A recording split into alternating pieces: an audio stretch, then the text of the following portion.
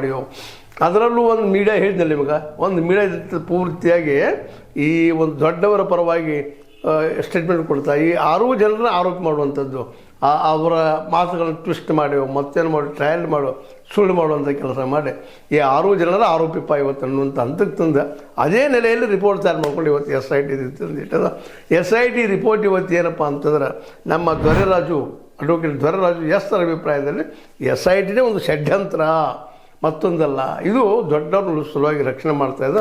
ಅದರಲ್ಲಿ ಕೆಲವು ಅಧಿಕಾರಿಗಳು ಈ ರೀತಿ ಇದ್ದಾರೆ, ಟ್ರಸ್ಟ್ ಇದ್ದಾರೆ, ಹೊಂದಾಣಿಕೆ ಹಾಕ್ಕೊಂಡಿದ್ದಾರೆ, ಅದಕ್ಕೆ ಸಾಕ್ಷಿಗಳಿಗೆ ನಡೆದಂಥ ಘಟನೆಗಳು ಅಂತ ಮಾತು ಹೇಳ್ತಾ ಅವರಿಂದವ್ರು ಇವತ್ತು ಈ 6 ಜನರನ್ನು ಒಂದು ಆರೋಪಿ ಸ್ಥಾನಕ್ಕೆ ನಿಲ್ಲಿಸಿ ಇದನ್ನು ಕೇಸ್ ಮತ್ತು ಮುಚ್ಚಾಕುವಂಥ ತೆಗೆದು ಹಾಕುವಂಥ ತೆಗೆದು ಹಾಕಿ ಅಲ್ಲೇ ಅವರು ಸ್ವಚ್ಛ ಮಾಡುವಂಥ ಯಾರನ್ನು ಇದ್ರ ಹಿಂದಿದ್ದಂಥ ಕೊಲೆಗಳ ಹಿಂದೆ ಮತ್ತೊಂದರಿಂದ ಇದ್ದಂಥ ವ್ಯಕ್ತಿ ಉಳಿಸೋಂಥ ಕೆಲಸ ಮಾಡ್ತಾಯಿದ್ದಾರೆ ಅನ್ನೋದು ದೊರೆ ರಾಜು ಅವರ ಸ್ಪಷ್ಟ ನೇರ ಆರೋಪ.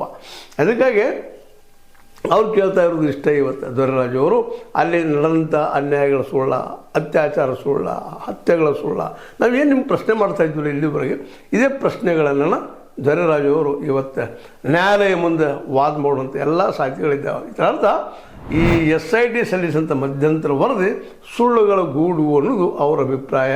ನಾವು ಇಲ್ಲಿವರೆಗೆ ಇದನ್ನು ಊಹೆ ಮಾಡಿ ಹೇಳ್ತಾ ಇದ್ವಿ. ಅದನ್ನು ಇವತ್ತು ಸ್ವತಃ ಆ ಮಧ್ಯಂತರ ವರದಿಯನ್ನು ಅದಕ್ಕೂ ಒಂದು ತಿಂಗಳು ಟೈಮ್ ತೊಗೊಳ್ತು ನ್ಯಾಯಾಲಯ. ನಂತರದಲ್ಲೇ ವರದಿ ಕೊಟ್ಟಿದ್ದಾರೆ, ವರದಿ ಅಭ್ಯಾಸ ಮಾಡ್ಕೊಂಡು ಇವತ್ತು ಹೇಳ್ತಾ ಇದ್ದಾರೆ ಇಲ್ಲ ಇದು ನಿಲ್ಲುವಂಥದ್ದೆಲ್ಲ.